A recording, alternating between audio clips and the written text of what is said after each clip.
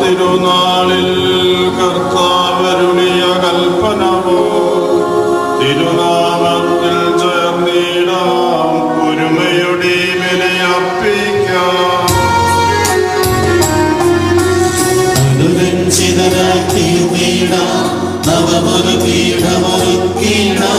ഗുരുവിൻ സ്നേഹമൊഴിയാകം തിരുമുൻപാകെ അടച്ചിടാം.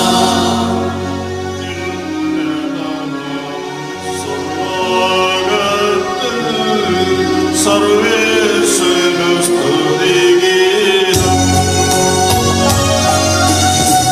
ഭൂമിയിലെങ്ങും ഭക്തിനു ശാന്തി പ്രത്യാശയുമെന്നേക്കും. നമ്മുടെ ഹൃദയം ആനന്ദിച്ചേ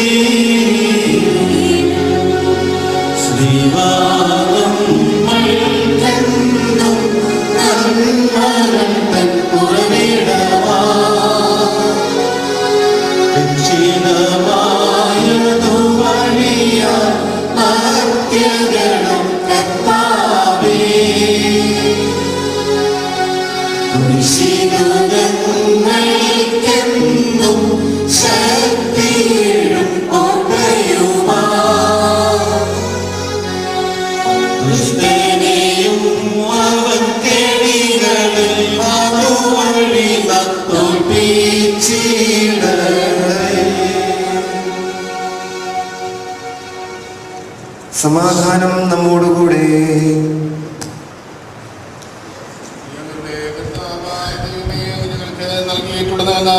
പ്രകാശിപ്പിക്കുവാൻ കഴിയാത്തതുമായ എല്ലാ സഹായങ്ങൾക്കും അനുഗ്രഹങ്ങൾക്കുമായി സകല സൗഭാഗ്യങ്ങളും നന്മകളും നിറഞ്ഞു ഓടിച്ചോടി നിൽക്കുന്ന സഭയിൽ ഞങ്ങൾ അങ്ങേ നിരന്തരം സ്തുതിക്കുകയും മഹത്വപ്പെടുത്തുകയും ചെയ്യട്ടെ.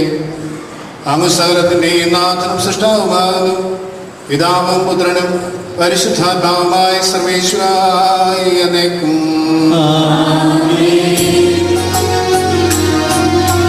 സർവാധിപനാം കർത്താവേ, നിന്നെ വണങ്ങി നമിക്കുന്നു. ഈശോനാഥാവിനയമോടെ നിന്നെ നമിച്ചു പുകഴ്ത്തുന്നു. നിത്യമഹോന്നതമാം ഉദ്ധാനം നീ അരുളുന്നു. അക്ഷയമവനുടെ ആത്മാവിൻ ഉത്തമരക്ഷയമേകുന്നു. തിരുനാളുടെ നാമം പ്രവർത്തിക്കുന്നതും സർവാധിപനായ കർത്താവേ, നിന്നെ വണങ്ങി നമിക്കുന്നു. ഈശോനാഥാവിനയമോടെ നിന്നെ നമിച്ചു പുകഴ്ത്തുന്നു. ഭക്തിനു നിത്യമഹോന്നതമാം ഉദ്ധാനം നീ അരുളുന്നു. നീ ജനത്തിന്റെ മുൻപേ പോകുക. നദിയുടെ മേൽ അടിക്കുവാൻ ഉപയോഗിച്ച വടിയും കയ്യിലെടുത്തുകൊള്ളുക. ഇതാ നിനക്ക് മുൻപിൽ ഹോറബിലെ പാറമേൽ ഞാൻ നിൽക്കും. നീ ആ പാറയിൽ അടിക്കണം. അപ്പോൾ അതിൽ നിന്ന് ജനത്തിന് കുടിക്കുവാൻ വെള്ളം പുറപ്പെടും. ഇസ്രായേൽ ശ്രേഷ്ഠന്മാരുടെ സാന്നിധ്യത്തിൽ മോശ അങ്ങനെ ചെയ്തു.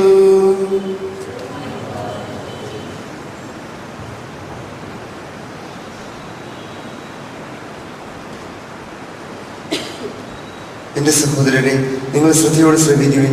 നടപടി പുസ്തകത്തിലുള്ള വായന ആശ്രയിക്കും.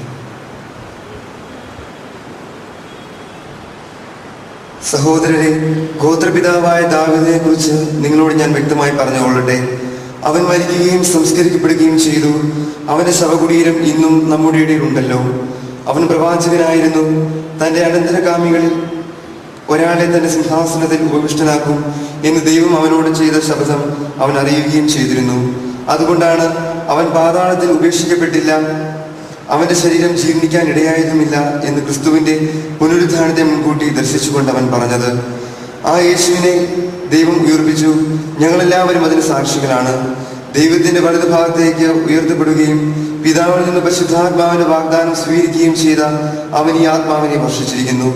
അതാണ് നിങ്ങളിപ്പോൾ കാണുകയും കേൾക്കുകയും ചെയ്യുന്നത്. ദാവീദ് സ്വർഗത്തിലേക്ക് ആരോഹണം ചെയ്തില്ല, എങ്കിലും അവൻ പറയുന്നു, കർത്താവ് എന്റെ കർത്താവിനോട് പറഞ്ഞു,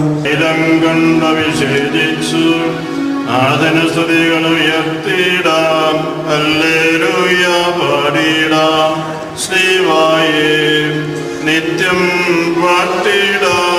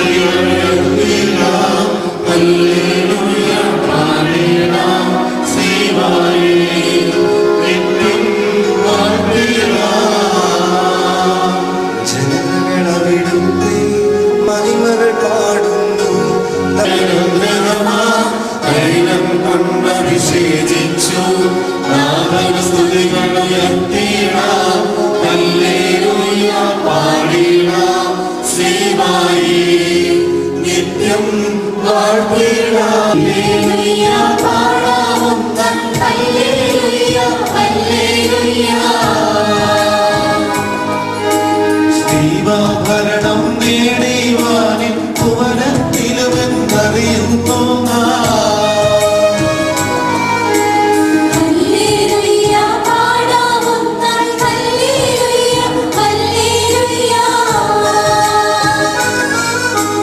കുരിശിനേറ്റു പറഞ്ഞ ജനങ്ങൾ മഹിമയണിഞ്ഞു നിൻ കൃപയാലേ.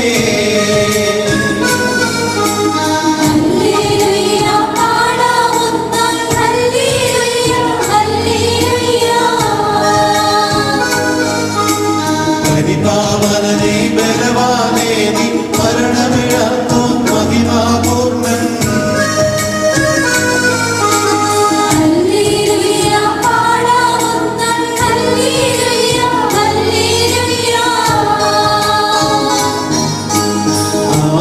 അതുപോൽ സുതനും പരിശുദ്ധാത്മാവീനും സ്തുതി ഉയരട്ടെ.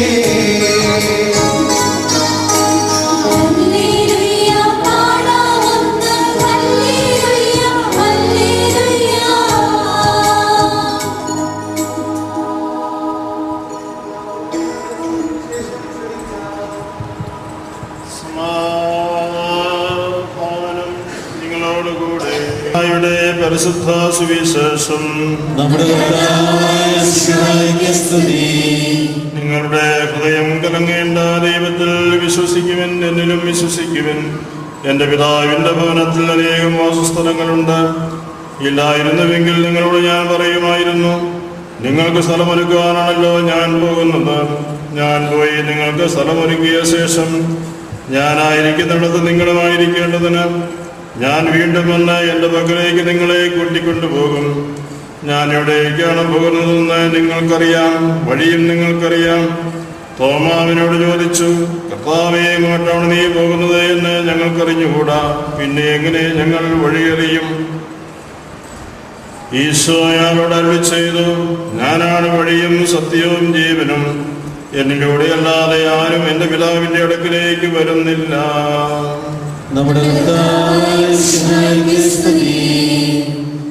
സഹോദരീ സഹോദരന്മാരെ,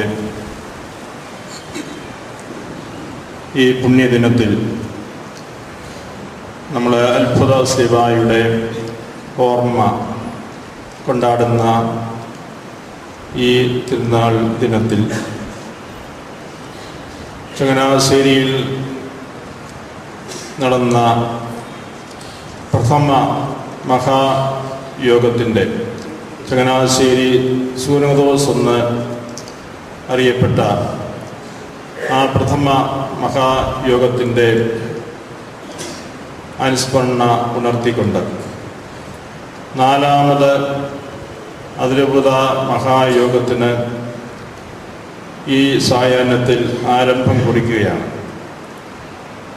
ഈ മഹായോഗത്തിന് ആവശ്യമായ എല്ലാ ദൈവ അനുഗ്രഹങ്ങളും ഇതിൻ്റെ നടത്തിപ്പിലും ഇതിൻ്റെ തീരുമാനങ്ങളിലും ഒക്കെ ദൈവികമായ പ്രകാശം സമൃദ്ധമായി ഈ അസംബ്ലിയിൽ ചൊരിയപ്പെടുവാൻ വേണ്ടി നമ്മൾ ഒന്നു ചേർന്ന് പരിശുദ്ധ കുർബാന അർപ്പിച്ച് ദൈവത്തോട് പ്രാർത്ഥിക്കുകയാണ്.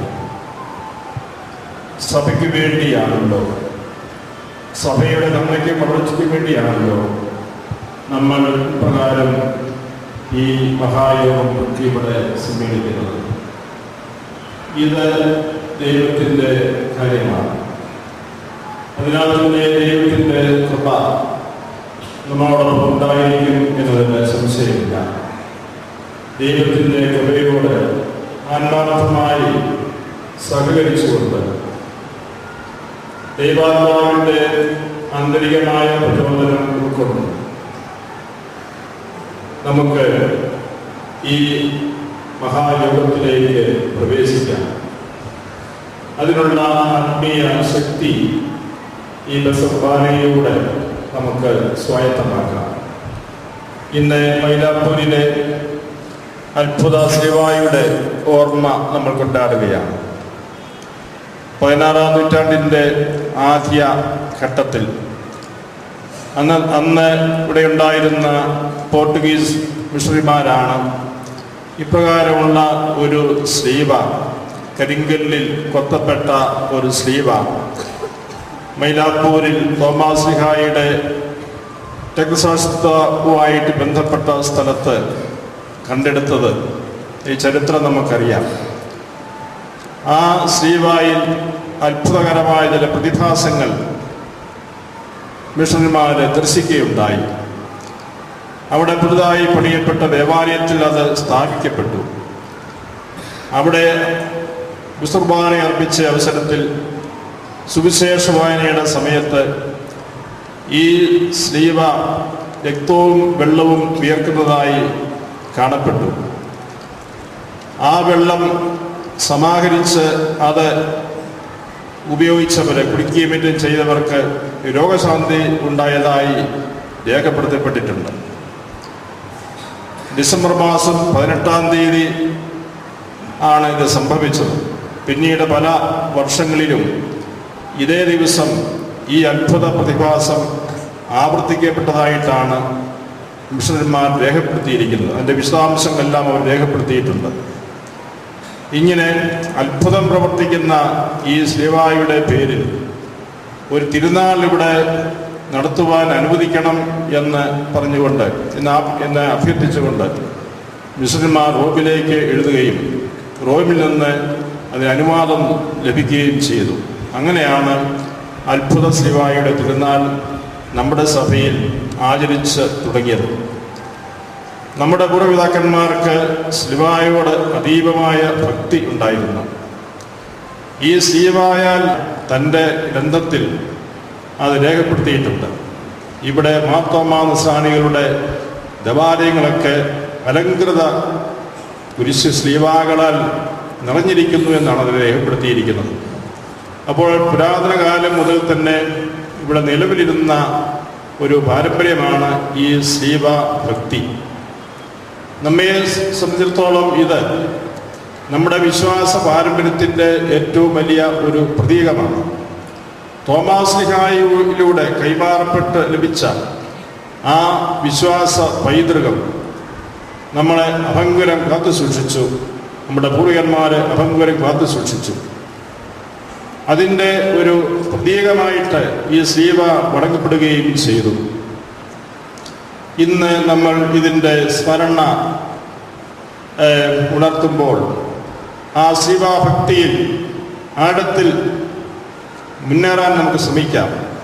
ഇന്നത്തെ വേദപുസ്തക ഭാഗങ്ങൾ കർത്താവിൻ്റെ കുരിശിലേക്ക് വിരൽ ചൂണ്ടുന്നവയാണ്. പാറയിൽ നിന്ന് വെള്ളമൊഴുക്കിയ ആ വെള്ളമൊഴുകിയ അത്ഭുതം. മോശ പാറയിൽ വടികൊണ്ട് അടിച്ചപ്പോൾ വെള്ളം ഒഴുകി. കർത്താവിൻ്റെ ആ ശ്രീവായിൽ നിന്ന് പുറപ്പെട്ട ജീവന്റെ ജലത്തെ അത് സൂചിപ്പിക്കുകയാണ്. ഇതുപോലെ പല പ്രതീകങ്ങളെക്കുറിച്ചുമുള്ള പരാമർശങ്ങൾ പഴയ നിയമത്തിൽ നമുക്ക് കാണാൻ സാധിക്കും. ശ്രീവ നമുക്ക് ജീവന്റെ പ്രതീകമാണ്, നിത്യജീവന്റെ പ്രതീകമാണ്.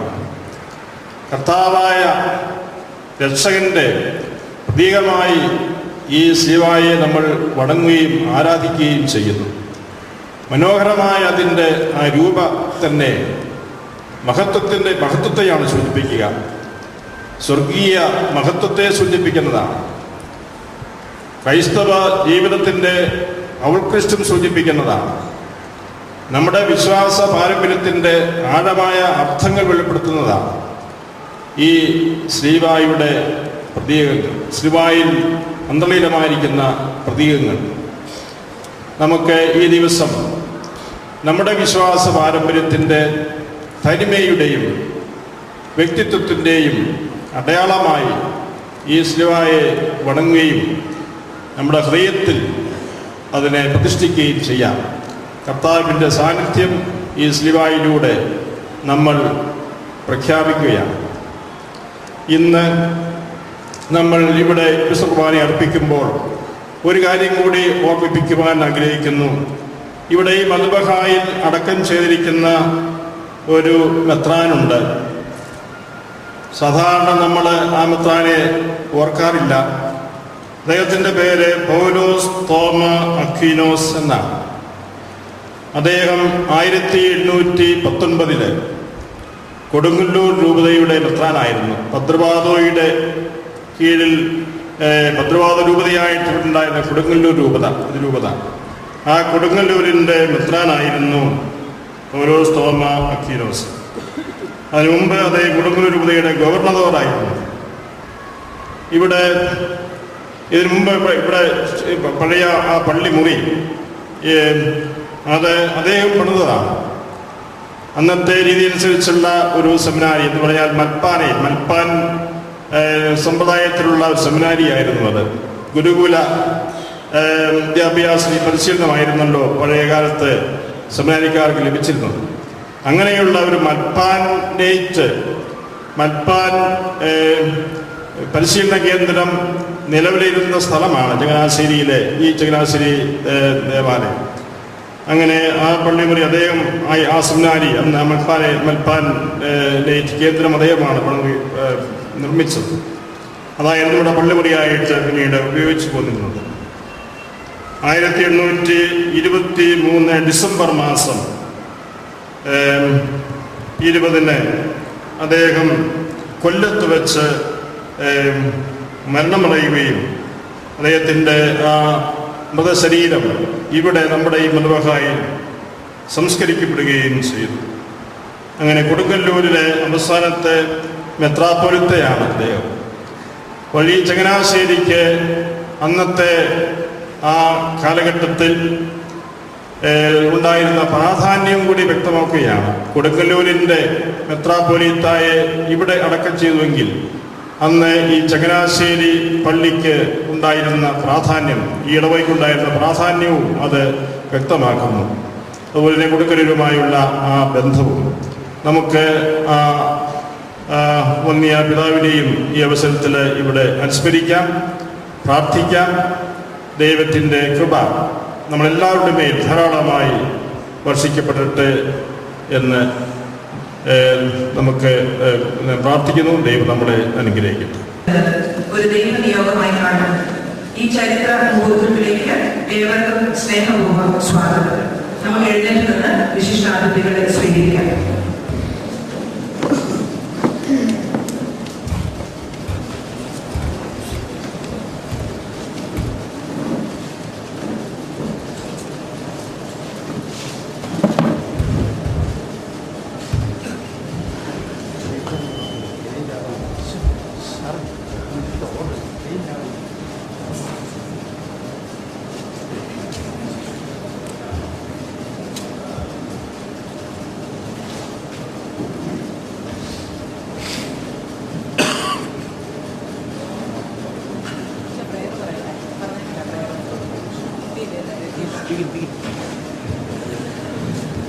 ഈ മഹായോഗത്തിന് വേണ്ടി ബഹുമാനപ്പെട്ട തോമസ് കൈകാഴ്ചേരി അച്ഛൻ രചിച്ച് സംഗീതം പകർന്ന പ്രാർത്ഥനാ ഗാനത്തോടുകൂടി സമ്മേളനം ആരംഭിക്കുന്നു.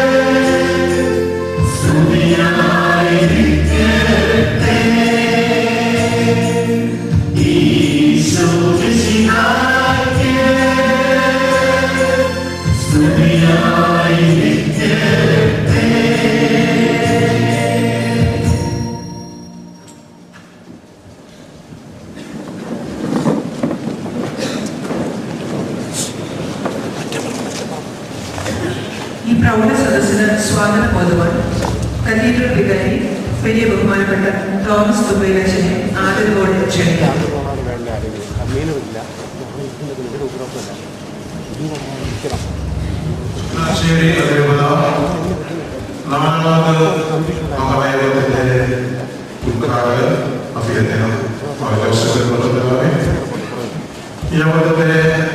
അധ്യക്ഷനായിരിക്കുന്ന അഭിനന്ദനം ജോസഫ് ഗോത്രപിതാവേ, വേദിയിലിരിക്കുന്ന മറ്റ് വിശിഷ്ടാതിഥികളെ, ഏറ്റവും സ്നേഹമുള്ള വൈദികരെ, സന്യസ്തരെ, ഏറ്റവും സ്നേഹമുള്ള ആത്മായ സഹോദരന്മാരെ, ചങ്ങനാശ്ശേരി അതിരൂപത നാലാമത് മഹായോഗം ഇന്നിവിടെ ഉദ്ഘാടനം ചെയ്യപ്പെടുകയാണ്. ഈ മഹായോഗത്തിന്റെ ആദ്യ ദിവസത്തെ കർമ്മപരിപാടികൾ ഇവിടെ വെച്ചായതിന്റെ സാങ്കത്യം പ്രത്യേകിച്ച് നിങ്ങളെ വിവരിച്ച് അറിയിക്കേണ്ട കാര്യമില്ലെന്ന് ഞാൻ വിചാരിക്കുക. നമ്മുടെ ഈ മഹായോഗത്തിന്റെ ഋഷിയാത്രയിലെ ആമുഖത്തിൽ പറയുന്നത് 2 സൂര്യകോശങ്ങളുടെ സ്പന്ദനങ്ങളാണ് 4ാമത് മഹായോഗത്തിന് ജീവനും പ്രചോദനവും നൽകുന്നത്. ആ 2 സൂര്യകോശത്തില് ആദ്യത്തേത് ചങ്ങനാശ്ശേരി സൂര്യകോശം.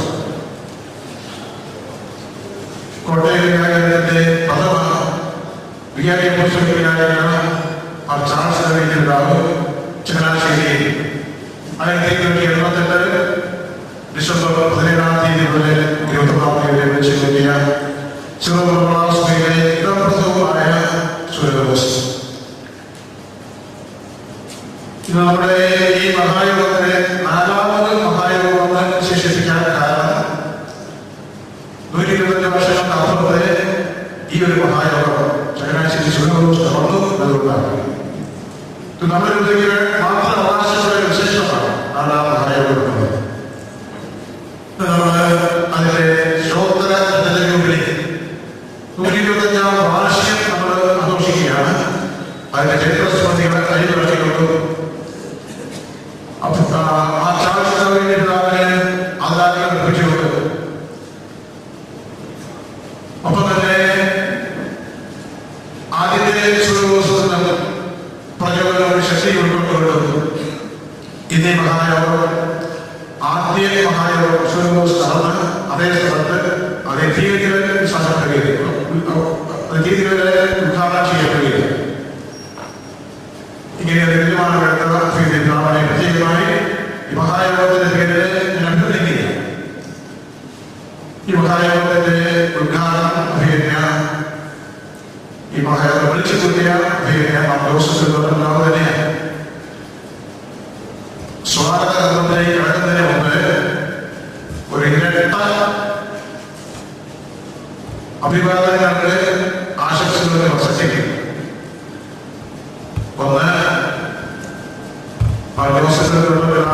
ഇന്ന് തന്റെ പൗരോഹിത്യ സ്വീകരണത്തിന്റെ റൂബി ജൂബിലി വർഷത്തേക്ക് ഇറങ്ങുകയാണ്. 1974 ഡിസംബർ 18-നാണ് അഫീലിയ പിതാവ് പുരോഹിതമണ്ഡലം സ്വീകരിച്ചത്. ഹാപ്പി കോയിൻസിഡൻസ് എന്ന് പറയാറുള്ളൂ. ഒരു ഹാപ്പി കോയിൻസിഡൻസ് ആണ് പറയാൻ. ഇന്ന് ശ്രീവായുടെ അർത്ഥവാസിയായുടെ അത്ഭുത തിരുനാൾ ദിവസമാണ്. ഈ അത്ഭുത തിരുനാൾ ദിവസം തന്നെ അന്ന് തിരുപ്പണ സ്വീകരിക്കാൻ നിമിത്തമായിക്കൊണ്ട് ഭാവിയിൽ തോമായ നാട്യത്തിൽ ഒരു അതിർമതയെ നയിക്കേണ്ട വൈദിക ശ്രദ്ധനെ കർത്താവിനെ ഉദ്ഭവപ്പെടുത്തുകയായിരുന്നു എന്ന് പറഞ്ഞാൽ വിശ്വസിക്കേണ്ടി. തുടർന്ന് പിതാവിന്റെ പൗരോഹിത്യ ശുശ്രൂഷ എത്രയോ സമ്പന്നവും സമ്പുഷ്ടവും സഫലവുമായിരുന്നത് എല്ലാവർക്കും അറിയാവുന്നത്. തെറ്റിദ്ധരിക്കേണ്ട കാര്യമില്ല. എനിക്ക് വളരെ പരിമിതമായ സമയമുള്ളൂ. അതുകൊണ്ട് അധികം വിവരിച്ച് പറയാനായിട്ട് എനിക്ക് സാധിക്കില്ല. പിതാവെ റൂബി ജൂബിലി വർഷത്തിലേക്ക് കിടക്കുന്ന അഭിനന്ദ പിതാവിന്റെ പൗരോഹിത്യ പ്രദർശിക്കണം മുതൽ ഇങ്ങോട്ടുള്ള പുരോഹിതനായിരിക്കുമ്പോൾ തുടർന്ന് മുതലായതിനു ശേഷവും ഈ അതിർമലയ്ക്ക് ചെയ്ത നിഷ്ഠുരമായ ശുശ്രൂഷയ്ക്ക് ശ്രേഷ്ഠമായ വിശ്വാസ പരിശീലനത്തിന് ത്യാഗപൂർവമായ 20 രൂപ സമർപ്പണത്തിന് ഈ അതിർമല മുഴുവനും ഒന്നുചേർന്ന് എനിക്ക് പറയുകയാണ്. പ്രാർത്ഥിക്കുന്നവരും തുടർന്ന് അങ്ങ് ആരോഗ്യത്തോടെ ഈ അതിർമലയ്ക്ക് സുദീർഘമായ സേവനം ചെയ്യുവാനായിട്ട് ഉള്ള കഴിവ്, ശക്തി, ആരോഗ്യവും കൃപയും ഒക്കെ സമർത്ഥമായിട്ട് ദൈവങ്ങളെ തരട്ടെ എന്ന് പ്രാർത്ഥിക്കുകയും ഈ അതിർമലയുടെ പേരിലും ഈ മഹായോഗത്തിന്റെ പേരിലും റൂബി ജൂബിലി മത്സരത്തിന്റെ എല്ലാ ആശംസകളും ഏറ്റവും സ്നേഹപൂർവ്വം നേരുകയാണ്. കൂടൊപ്പം തന്നെ മറ്റൊരു ആശംസ കൂടി അഭിനന്ദാവ് KCCയുടെ ഉപാധ്യക്ഷനായിട്ട് തിരഞ്ഞെടുത്തിരിക്കുകയാണ്. KCCയുടെ സ്വരം എന്ന് നമുക്കറിയാം. കത്തോലിക്ക സമൂഹം മാത്രമല്ല, കേരളത്തിൽ പുറത്തുമുള്ള പൊതുസമൂഹവും ശ്രമിക്കുന്നു, കാര്യത്തോടെ കണക്കാക്കുകയും ചെയ്യുന്നു.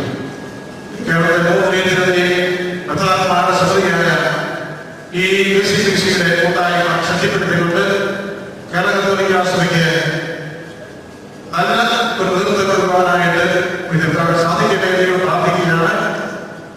എന്നിരുന്നാലും കാലത്തിൽ സന്തോഷിക്കുന്നു, അഭിമാനിക്കുന്നു, നന്ദിയിൽ പ്രാർത്ഥിക്കുന്നു.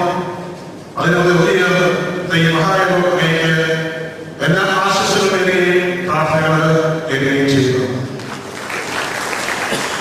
അവസരത്തിലെ പാസ്റ്റർ കൗൺസിലിന്റെ അസിസ്റ്റന്റ് സെക്രട്ടറി ജോസഫ് മറ്റപ്പുറം ഒക്കെ വരുന്നത്.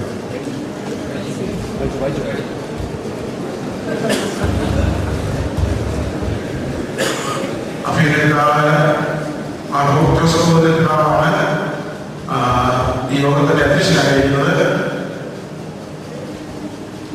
120 വർഷങ്ങളുടെ അപ്പുറത്ത് ചാൾസ് പിതാവ് ചങ്ങനാശ്ശേരി കൂടിയ ശേഷം നമ്മുടെ സഭ ഒരു സ്വയാധികാര സഭയായതിനു ശേഷം വീട് നടന്ന 2 മഹായോഗങ്ങൾ അസംബ്ലികൾ വിളിച്ചുകൂട്ടിയത് പിതാവ് കഴിയും.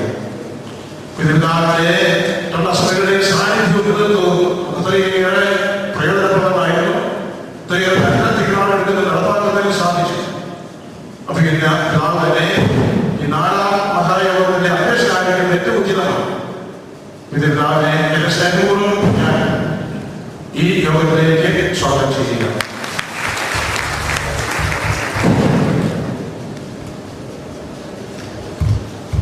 നമ്മുടെ കുടുംബേച്ചൻ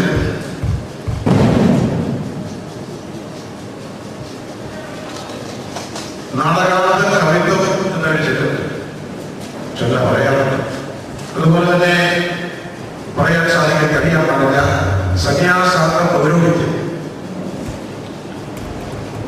പൗരോഹിത്യത്തിന് സന്യാസത്തിന്റെ ഭാവങ്ങൾ വേണമെന്നും സന്യാസം ആധുനികമായിട്ട് പൗരോഹിത്യം ആധുനികമായിട്ട് സന്യാസത്തിലേക്ക് എത്തി നിൽക്കണമെന്നും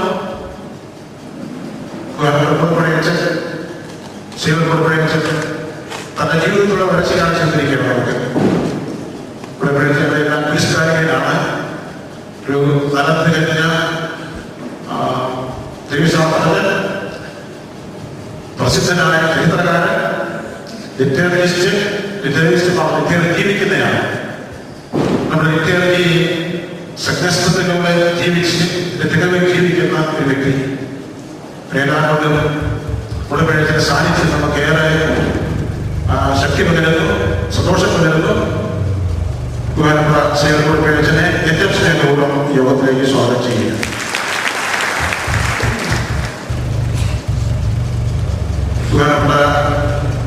ജോസഫ് നിർമ്മാണത്തിൽ ഒരു സെക്രട്ടറിയായിരിക്കുന്നത് പത്തനംതിട്ടയിലെ അധ്യക്ഷനായ ജോലിന്റെ പകരക്കാരനായില്ല. പിതാവിന് വരാൻ സാധിക്കാവുന്ന പകരക്കാരെ എത്തിയിരിക്കുന്നു. പത്തനംതിട്ടയെ ഇന്ന് പിതാവിനൊപ്പം നിന്ന് വളരെ സ്ഥിരമായിരിക്കുന്ന നമ്മുടെ തന്നെ യുവകാരനായ കുടുംബക്കാരനാണ് അച്ഛനെ എന്റെ സ്നേഹപൂർവ്വം ഈ യോഗത്തിലേക്ക് സ്വാഗതം ചെയ്യുന്നത്. നമ്മുടെ രാഷ്ട്രങ്ങളുടെ അച്ഛൻ ദീപികയെ അതിന്റെ നഷ്ടപ്രതാപത്തെ തിരിച്ചു കൊണ്ടുവരുവാൻ അസാധ പരിശ്രമം ചെയ്യുകയും അതിനുവേണ്ടി രക്ഷകളെ പരിശ്രമിക്കുകയും ഒട്ടേറെ വിജയം വരികയും ചെയ്യുന്നുണ്ട്. അച്ഛൻ്റെ കൂടെ നമ്മുടെ എല്ലാ സഭകളിലും കൂടെയുണ്ട്. പ്രോത്സാഹനമായിട്ട് അച്ഛനെ ഏറ്റവും സ്നേഹപൂർവ്വം യോഗത്തിലേക്ക് സ്വാഗതം ചെയ്യും. സന്യാസത്തിന്റെ ചുറ്റിലുള്ളവർ റോസ്കേറ്റിൽ നമ്മളോടുണ്ട്. റോസ്കേറ്റിൽ നമ്മുടെ സ്വന്തമാണ്. നമ്മുടെ തന്നെ സന്യാസി സംഭവം നമ്മുടെ സ്വന്തം തന്നെയാണ്. കാരണം നമ്മുടെ സഭയിൽ ജന്മപ്പെട്ട സന്യാസി സമൂഹം മാത്രമല്ല, നമ്മുടെ പുണ്യശ്രവനായ മാർത്തോമ പ്രിയാസിനാളുകളും ജന്മപ്പെടുത്ത സന്യാസി സമൂഹം നമ്മുടെ സ്വന്തമാണ്. ഇന്ന് ആ സമൂഹം വളരെയേറെ വളർന്നു. ഇന്ന് കേരളത്തിനകത്തും പുറത്തും ഭാരതത്തിന് പുറത്തും ഒത്തിരിയേറെ ഭവനങ്ങളുണ്ട്. കേരള സഭയും അവരുടെ സാമൂഹിക സഭയും മുഴുവനായി സൂക്ഷിക്കുന്ന വലിയൊരു സന്യാസി സമൂഹത്തിന്റെ നേതൃത്വം വഹിച്ചുകൊണ്ട് അതിനെ സമർത്ഥമായി നയിക്കുന്ന സിസ്റ്റർ ഹോസ്റ്റലിനെ ഈ യോഗത്തിലേക്ക് സ്നേഹപൂർവ്വം സ്വാഗതം ചെയ്യുന്നു. സുഭാഷ് സമാധാനം രണ്ടാം വത്തിക്കാൻ്റെ പങ്കെടുത്തവരിൽ ജീവിച്ചിരിക്കുന്നത് വളരെ കുറവാണ്. അതിലൊരാളാണ് ശ്രീ കെ ടി സുഭാഷ് സമാധാനം. Shri K T Subhash sir നമ്മുടെ മഹായോഗം കൂടുന്നത് രണ്ടാം വത്തിക്കാൻ കൗൺസിലിന്റെ 50ാം വാർഷികത്തിൽ സുവർണ ജൂബിലിയിൽ വത്തിക്കാൻ കൗൺസിലിന്റെ പ്രമാണങ്ങൾ പ്രബല വിഷയമാക്കിക്കൊണ്ട് അത് പ്രാവർത്തികമാക്കുന്നതിനുള്ള ഉത്സവങ്ങൾ ചെയ്യുന്നത്. അങ്ങനെയുള്ള നമ്മുടെ ഈ മഹായോഗത്തിന് വത്തിക്കാൻ കൗൺസിൽ സംബന്ധിച്ച രണ്ടായുടെ സാന്നിധ്യം ഏറെ സംതൃപ്തി നൽകുന്നു. ശ്രീ കെ ടി സുഭാഷ് സാറിനെ സ്നേഹപൂർവ്വം യോഗത്തിലേക്ക് സ്വാഗതം ചെയ്യുന്നു. നമ്മുടെ എല്ലാ നമ്മുടെ പ്രോട്ടോസ് ജനറൽസ് പെരുമാറപ്പെട്ട ജോസഫ് ബന്ധപ്പെട്ടുണ്ട് അച്ഛനെ മറ്റെല്ലാ വിദ്യാർത്ഥികളാരെയും എന്റെ സ്നേഹപൂർവ്വം യോഗത്തിലേക്ക് സ്വാഗതം ചെയ്യും.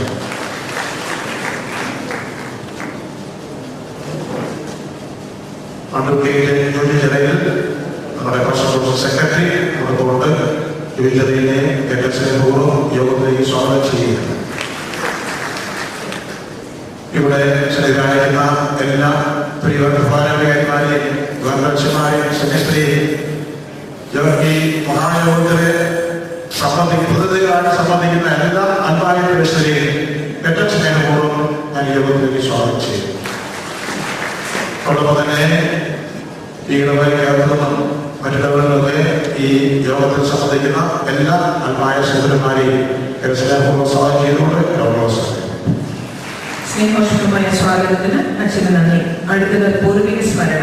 ചങ്ങനാശ്ശേരി അതിരൂപതയുടെ പ്രോട്ടോസ് ജലൂസ് പെരു ബഹുമാനപ്പെട്ട ജോസഫ് കൊണ്ടറക്കലച്ചൻ സമാരാധകരായ പൂർവികരെ അനുസ്മരിച്ച് ഇപ്പോൾ സംസാരിക്കുന്നു.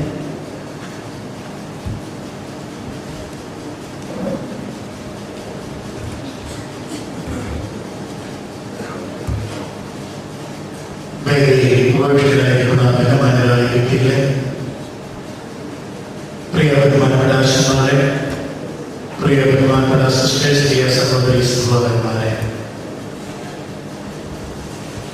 ചങ്ങനാശ്ശേരി അതിരൂപതയിലെ പൂർവികരെ അനുസ്മരിച്ചുകൊണ്ട് സംസാരിക്കുവാനായി ഇങ്ങനെ ഒരു അവസരം ലഭിച്ചത് വളരെ സന്തോഷകരമായ അനുഭവമായി ഞാൻ കരുതുന്നു. വലിയ ആഹ്വാനങ്ങളില്ലാതെ എന്റെ കടമയിലേക്ക് ഞാൻ കടക്കട്ടെ. ആധ്യാത്മികതയുടെയും മതസൗഹാർദ്ദതയുടെയും പാരമ്പര്യമുള്ള ഭാരതത്തിൽ ഈശോയുടെ അപ്പസ്തലനായ തോമസ് ശ്ലീഹായുടെ പ്രേക്ഷിത പ്രവർത്തനത്താൽ സഭ സ്ഥാപിക്കപ്പെട്ടു എന്നത് അഭിമാനകരമായ ചരിത്ര വസ്തുതയാണ്.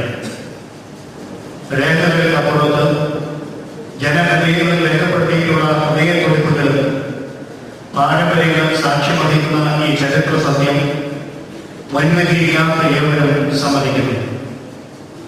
16ാം നൂറ്റാണ്ടിന്റെ അവസാനം വരെ കൽതായ സഭയിലുള്ള പൗരസ്ത്യ സുറിയാനി മെത്രാന്മാരാൽ നയിക്കപ്പെട്ടിരുന്ന ഈ സഭയുടെ ഭരണ നേതൃത്വം പോർച്ചുഗീസുകാരുടെ വരവോട് വ്യത്യസ്തമായ ഒരു കാലഘട്ടത്തിലേക്ക് പ്രവേശിക്കുകയായിരുന്നു. 2-3 നൂറ്റാണ്ടുകൾ നീണ്ടുനിന്ന വിദേശ ആധിപത്യത്തിൽ നിന്നും മോചനം ലഭിക്കണമെന്നുള്ള നിരന്തരമായ നടപടികളുടെ ഫലമായി 1887 കേരളത്തിലെ സുറിയാനിക്കാരെ ലത്തീൻകാരിൽ നിന്ന് വേർതിരിച്ച് അവർക്ക് പ്രത്യേകമായ 2 വികാരിയാത്രകൾ സ്ഥാപിക്കുവാൻ തീരുമാനിച്ചു. അങ്ങനെ കോട്ടയം, തൃശൂർ വികാരിയാത്രകൾ രൂപീകരിക്കപ്പെട്ടു. കോട്ടയം വികാരിയാത്രയുടെ പിന്തുടർച്ചയായിരിക്കുന്ന ചങ്ങനാശ്ശേരി അതിരൂപതയുടെ ആധ്യാത്മിക നേതൃത്വം മാർ ഷാർട്സ് റവി, മാർ മത്തായി മാക്കി, മാർ തോമസ് റിയാളശ്ശേരി, മാർ ജെയിംസ് ഹാളാശ്ശേരി, മാർ മാത്യു കാവൽക്കാർ, മാർ ആന്റണി പടിയർ, മാർ ജോസഫ് പാവത്തിൽ എന്നീ മെത്രാന്മാരിലും മെത്രാന്മാർ പുരോഹിതന്മാരിലൂടെ കടന്ന് ഇന്ന് അഭിമന്യ പെരുന്തോട്ടം ജോസഫ് മെത്രാപ്പോലിത്തായി ഏറ്റുനിൽക്കുകയാണ്. മാർ ഷാർട്സ് റവി 1888 കോട്ടയം വികാരിയാത്രയുടെ ഭരണനേതൃത്വം ഏറ്റെടുത്ത ചാൾസ് റവിയുടെ പിതാവ് 1896 വരെയുള്ള പ്രക്ഷുബ്ധമായ കാലഘട്ടത്തിൽ ദൈവത്തിൽ ശരണപ്പെട്ടുകൊണ്ട് ധൈര്യമായി സഭയ്ക്ക് നേതൃത്വം കൊടുക്കുകയും മുൻപോട്ട് നയിക്കുകയും ചെയ്ത വികാരി അപ്പസ്തലിക്കയാണ്. അദ്ദേഹമാണ് ഈ സഭയിൽ ആദ്യമായി ഒരു സുമനഫലോസ്, ചങ്ങനാശ്ശേരി സുമനഫലോസ് പേരിൽ 1888 ഡിസംബർ മാസം 18 മുതൽ 20 വരെയുള്ള തീയതികളിൽ വിളിച്ചു കൂട്ടിയത്. ആ സ്മരണദിവസത്തിന്റെ ശതോത്തര രജത ജൂബിലി ആഘോഷങ്ങളോട് അനുബന്ധിച്ചാണ് ചങ്ങനാശ്ശേരി അതിരൂപത ഇന്ന് 4ാമത് അതിരൂപത അസംബ്ലി വിളിച്ചു കൂട്ടിയിരിക്കുന്നത്.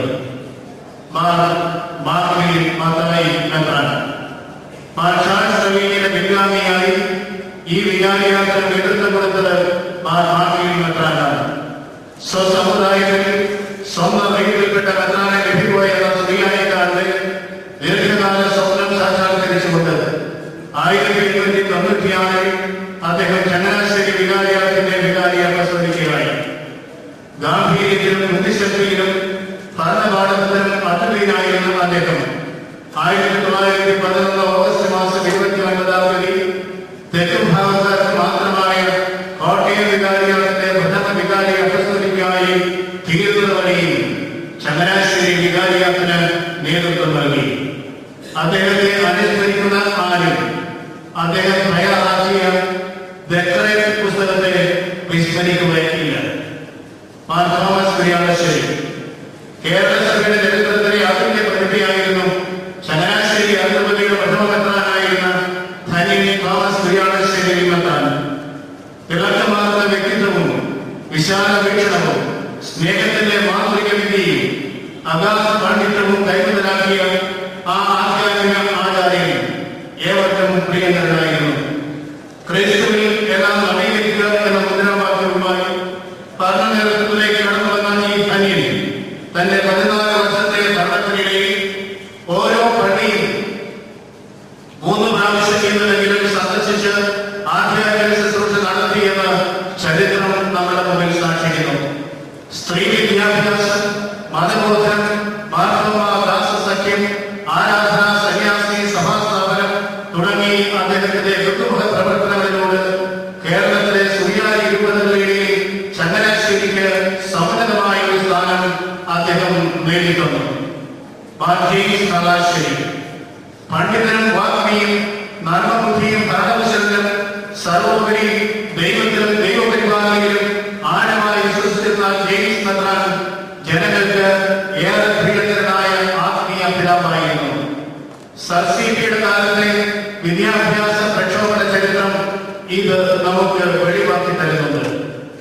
1950 മുതൽ 1969 വരെയുള്ള 2 ദശകങ്ങളിൽ ചങ്ങനാശ്ശേരിയിലെ ദൈവജനത്തെ നയിച്ചത് പുണ്യശ്ലോകനായ മാത്യു കാവുകാട്ട് പിതാവായിരുന്നു. ആധ്യാത്മിക നന്മകളുടെയും മാനുഷിക ഗുണങ്ങളുടെയും സമ്യക് സമ്മേളനം ജോൺ 23-ാമയുടെ വ്യക്തിത്വത്തോട് സാധന്യപ്പെടുത്തി പത്രമാധ്യമങ്ങളിൽ കാവുകാട്ട് പിതാവിന്റെ മരണസമയത്ത് ലേഖനങ്ങൾ എഴുതിയത് നമ്മുടെയൊക്കെ ഓർമ്മയിൽ പച്ചപിടിച്ച് നിൽക്കുന്നു.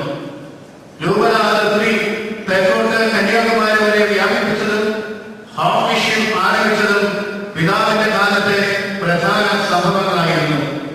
പാവപ്പെട്ടവരുടെ പിതാവ് എന്ന വിശേഷണ അറിയപ്പെട്ടിരുന്ന പിതാവ് ഭവനരഹിതർക്ക് വേണ്ടി ഭവന പദ്ധതി നടപ്പിലാക്കിയതും ഇത്തരത്തിൽ സ്മരണീയമാണ്.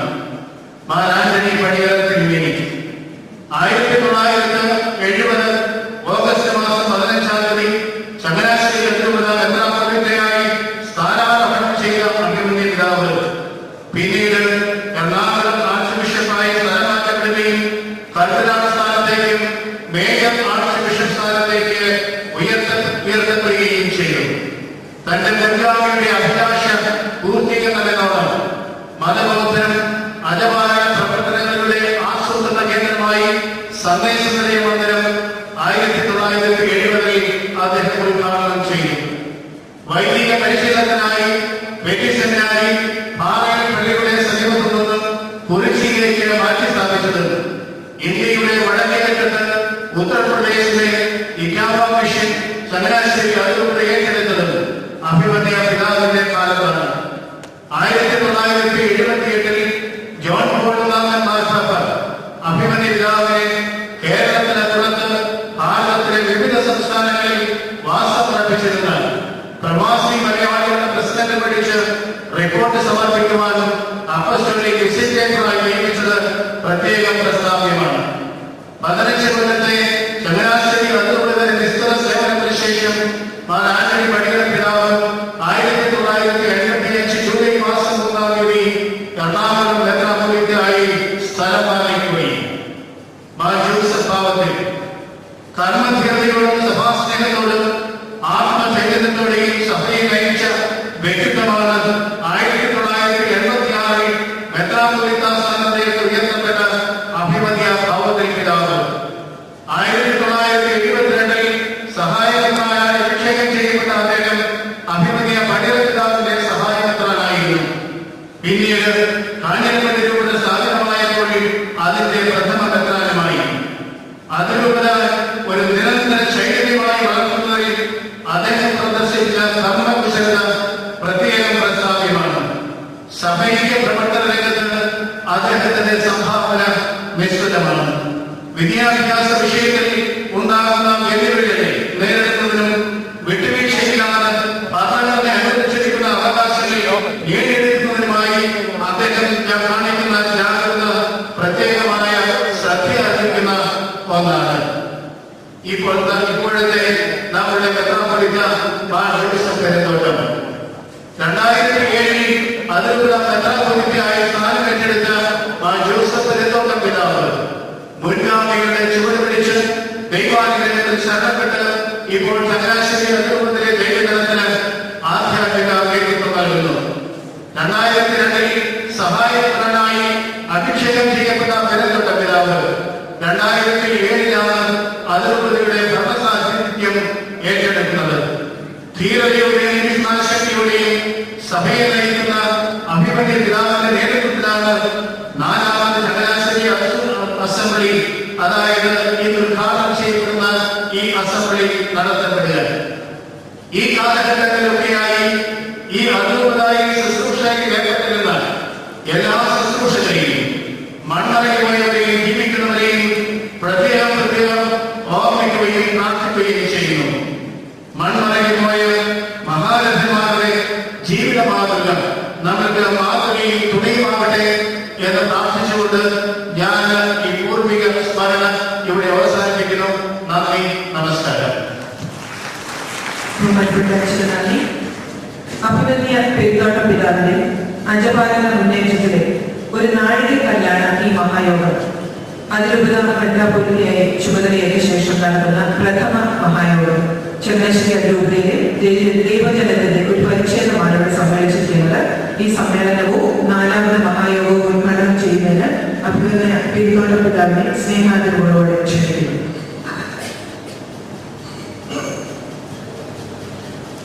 അഭിമന്യ പിതാവെ, കൂടെ പഠിച്ച ബഹുമാനപ്പെട്ട മുണ്ടകത്തിലച്ചൻ, തക്കല രൂപതയുടെ നിന്ന ബഹുമാനപ്പെട്ട ജോസഫ് പ്രതിഭാവംശൻ, ജനാചന്മാരെ, ദീപയുടെ ചീഫ് പ്രൊഫസർ വൈകട, SAPS General Sister Rosgate, Srovanwas Brother Professor K. Sebastian, Dear Bhagavata Delsa, Pastor Council Secretary, Advocate Yogi Chari, Ivan Patavide, Sisters, Assembly, Mahayavade, Amangale, Patasavadi, Sodanmare. പ്രവർത്തകരെ 1888 ഡിസംബർ 17 മുതൽ 21 വരെ ചങ്ങനാശ്ശേരി പള്ളിയിൽ ചേർന്ന ചങ്ങനാശ്ശേരി സ്വതന്ത്രീകരിക്കപ്പെട്ട പ്രഥമ ചങ്ങനാശ്ശേരി മഹായോഗത്തിന്റെ ശതോത്തര രജത ജൂബിലി വേളയിൽ 4ാമത് ചങ്ങനാശ്ശേരി അതിരൂപത മഹായോഗത്തിനായി നാം സമ്മേളിച്ചിരിക്കുന്നു.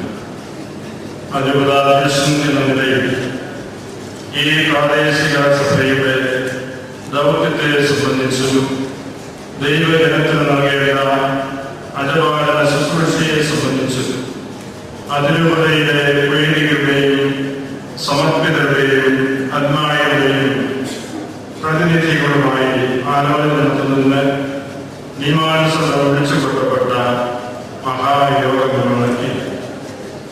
സിറോ സഭയുടെ ആധുനിക ചരിത്രത്തിന് തുടക്കം കുറിച്ച വികാരിയായ സ്വാതന്ത്ര്യത്തിന്റെ ശതോത്തര രജതജൂബിലി ആനന്ദത്തെ തുടർന്ന് നടക്കുന്ന ഈ മഹായോഗം അതിരൂപതയുടെ മുന്നോട്ടുള്ള പ്രയാണത്തിൽ വ്യക്തമായ ദിശാബോധം നൽകുവാൻ സഹായകമാകണമെന്ന് ആഗ്രഹിക്കുന്നു. അധ്യാപന ശുശ്രൂഷയിൽ അതിരൂപത സുപ്രധാനം കരുതുന്ന ദൈവാരാധന, വിശ്വാസ പരിശീലനം, വിദ്യാഭ്യാസം, സാമൂഹിക ക്ഷേമം, കൂട്ടായ്മ, പ്രേക്ഷിത സാക്ഷ്യം എന്നീ മേഖലകളെ ആധാരമാക്കിയുള്ള പരിചിന്തനങ്ങളും ചർച്ചകളും പ്രായോഗിക കർമ്മ പദ്ധതികളും മഹായോഗത്തിൽ ഉരുത്തിരിയണം.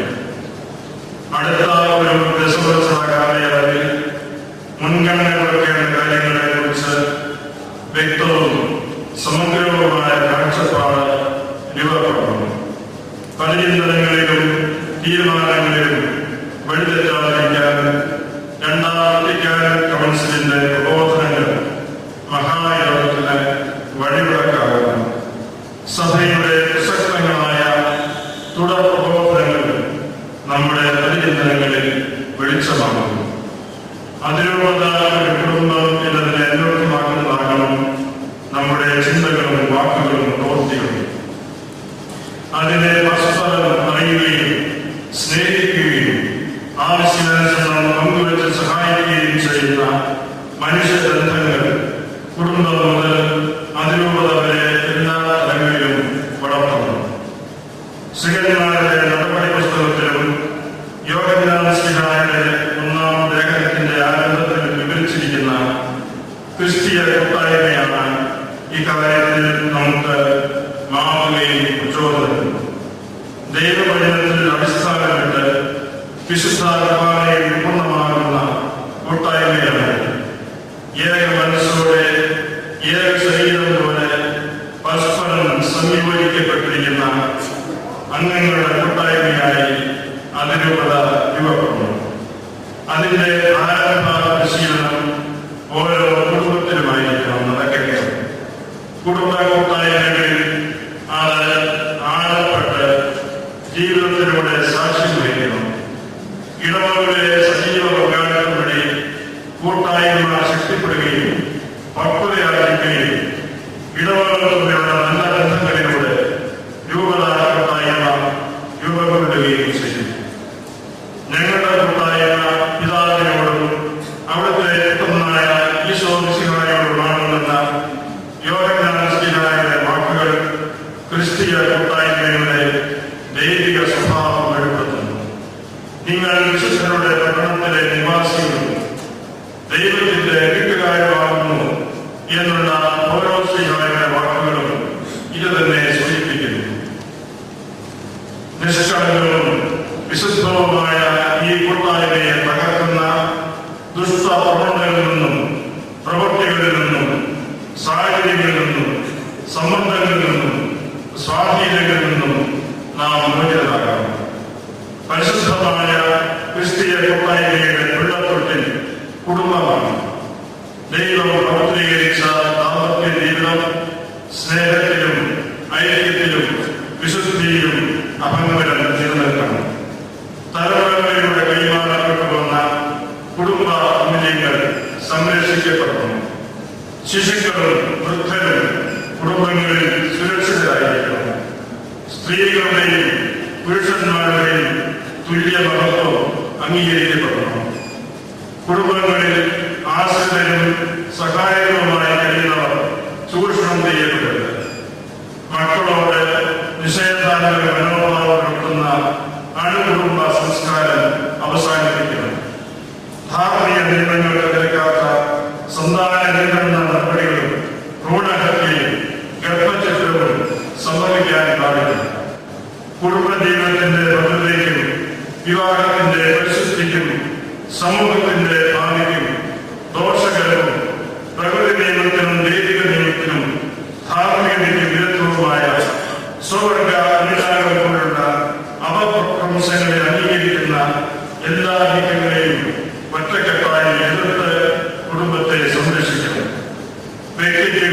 കുടുംബത്തിലും സമൂഹത്തിലും നാശം വരുത്തുന്ന, സമാധാനവും ഐശ്വര്യവും കെടുത്തുന്ന മദ്യാസക്തിയിൽ നിന്ന് ഓരോ കുടുംബവും വിമുക്തമാകുന്നു.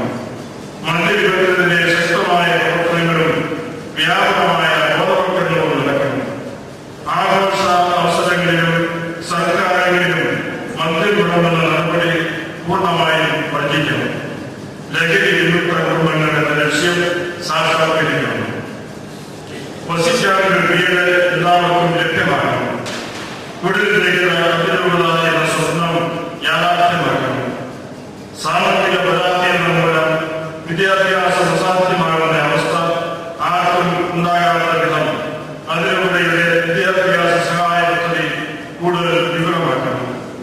സമ്പത്തിന്റെ അടിസ്ഥാനത്തിലുള്ള വിടവ് കഴിയപ്പെട്ട കുറയ്ക്കാൻ ഇടയാകാത്ത വിധം പങ്കുവയ്ക്കൽ ചൈതന്യം വളർത്തണം. സഹായം അർഹിക്കുന്നവരെ കണ്ടെത്തി സഹായിക്കുന്ന ക്രിസ്തീയ പ്രവർത്തനം കൂടുതൽ ശക്തമാക്കണം. ആവശ്യാനുസരണം സന്മനസ്സോടെ പങ്കുവയ്ക്കുന്ന സമൂഹത്തിലെ ക്രിസ്തീയ കൂട്ടായ്മ പറയുവാനാവും. ഇടവകൾ തമ്മിലും ഇപ്രകാരമുള്ള പങ്കുവയ്ക്കലുകൾ ഉണ്ടാകണം.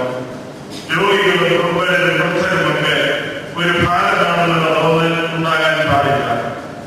എളിയതിൽ ഈശോയെ കാണണമെന്നുള്ള സുവിശേഷ സന്ദേശത്തിന്റെ വാഹകരാണ് നാം എന്ന സത്യം നമ്മൾ വിസ്മരിക്കുന്നത്.